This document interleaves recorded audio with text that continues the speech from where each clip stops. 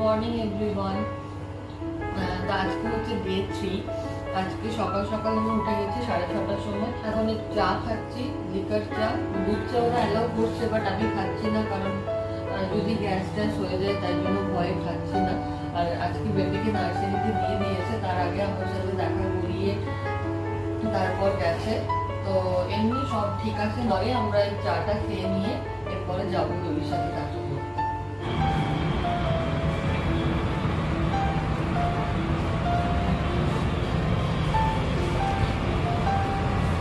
Number 7 ফ্লোরের রুমে ওর ব্যালকনিতে এসছি। ওকে একটু হাঁটার জায়গাটা ভালো আছে, প্লাস রোদ লাগছে, ন্যাচারাল একটুখানি ভালো লাগছে। এসিতে আমার মনে হচ্ছে হালকা কাশি হচ্ছে, জন্য একটুখানি দাঁড়ালাম এসে এখানে। জায়গাটা খুব সুন্দর, ছোট ব্যালকনি, কিন্তু মানে অনেকটা মানে ওপেন স্পেস আর কি, খুব ছোটও নয়।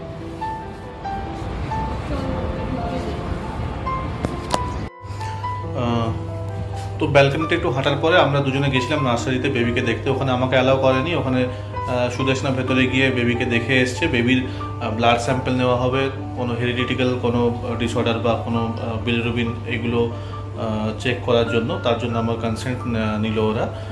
তো আজকে 10টার দিকে বললো ব্লাড স্যাম্পল যাবে, আর রিপোর্ট আস্তে আস্তে মোটামুটি 3-4 হয়ে যাবে। এখন বাজে 9:45।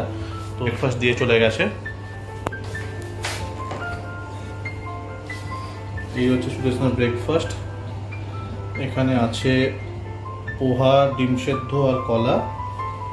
ডিমের ওই সাদা অংশটা দিয়েছে ওরা, ছোলে ভাটুরে আর একটা ডিম সেদ্ধ আছে।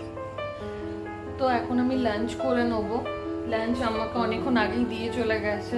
তো ভেবেছিলাম আমি আর অর্ঘ একসাথে খাবো, বাট ওর কিছু কাজ পড়ে গেছে, ওই জন্য একটুখানি বাইরের দিকে গেছে।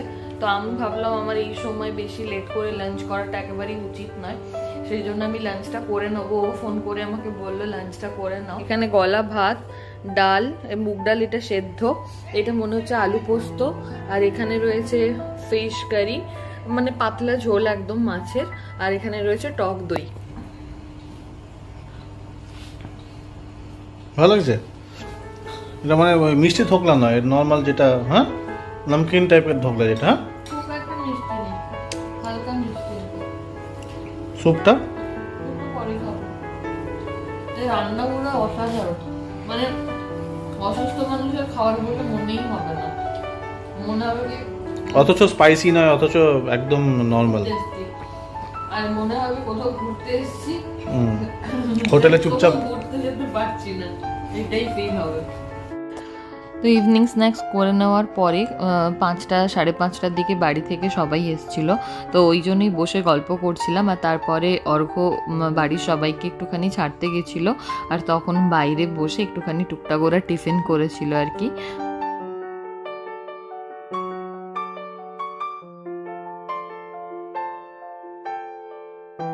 তো এখন অনেকটাই রাত হয়ে গেছে, আমার ডিনারও হয়ে গেছে। তো রাত্রেবেলা ওর খাওয়ার টাইম হয়ে গেছে বেবির। তো আমি ওর জন্য মিল্ক পাম্প করে আমি নার্সারিতে দিয়ে আসছি, কারণ এখন অনেকটাই ছোট।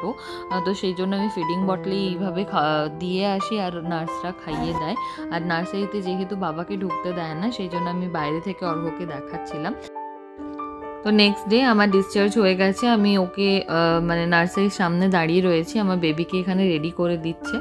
তো ও একদম রেডি হয়ে গেছে বাড়ি যাওয়ার জন্য। আর বাড়িতে টুকটাক ছোট করে একটু ডেকোরেশন করিয়েছিলাম, সেটাও বাড়িতে গিয়ে তোমরা দেখতে পাবে। আর এখানে যেগুলো মানে বাড়িতে গিয়ে করতে হবে বেবির জন্য, সেজন্য মানে বাবা মা দুজনকেই কাউন্সেলিং করা হচ্ছে এখানে।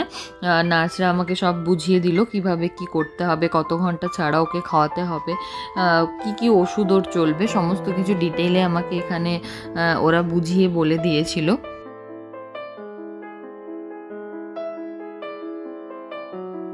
আর এখানে ঠাকুরের কাছে একটুখানি প্রণামী তুলে দিচ্ছে অর্ঘ। মা আগের দিন এসেছিল, তো মা ভুলে গেছিল, সেজন্য আজকে ফোন করে বলে দিল আমাদেরকে যে আসার সময় যেন প্রণামী তুলে তারপরে আসি।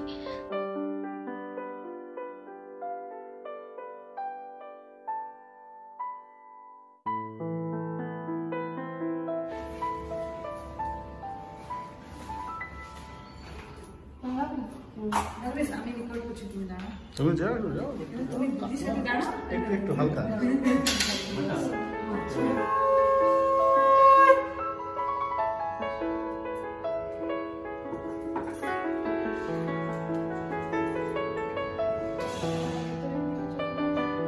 ঠিক আছে অসুবিধা নেই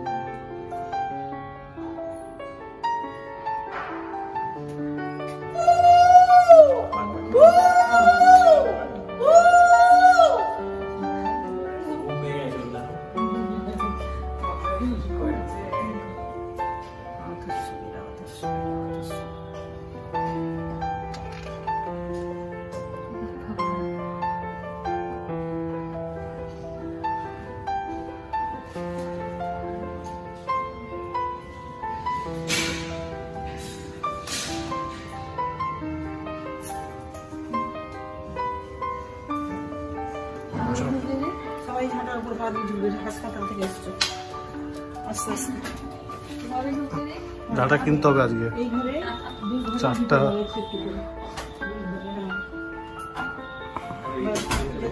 সামনে থেকে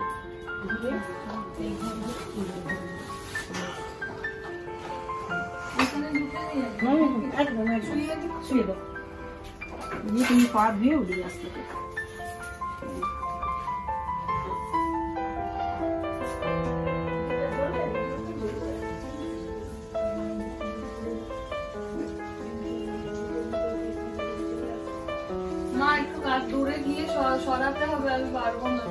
আমি আর হাত করছি না না ঠিক আছে মা বুঝে এই কাটা হচ্ছে ডিম আছে এটাতে হ্যাঁ ডিম আছে জানি না কেজি ফর কেকস হতে পারে ঠিক আছে মা তুমি হাতে হ্যাঁ ছুরি দিয়ে খাইও না তো হাতে নিয়ে নাও জিভ কেটে যাবে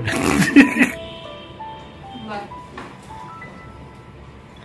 মা একটু খাইয়ে দাও খাবে না তুমি একটু মা তো খাবে না দিয়ে আছে একটু ছুঁয়ে দাও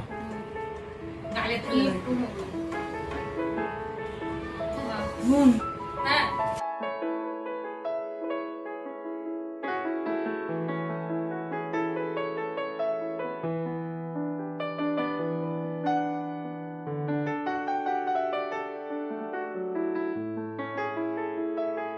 তো এখন লাঞ্চ হচ্ছে বাড়িতে নিউ মেম্বার আসার খুশিতে স্পেশাল লাঞ্চ হচ্ছে তো এখানে আমি ভিডিওটাও শেষ করব তো যদি ভিডিওটা দেখতে ভালো লেগে থাকে তাহলে অবশ্যই আমাকে কমেন্টে জানিও আর নেক্সট ভ্লগে বা কোনো ভিডিও নিয়ে আবার তোমাদের সাথে দেখা হচ্ছে তো সবাই ভালো থেকো সুস্থ থেকো টাটা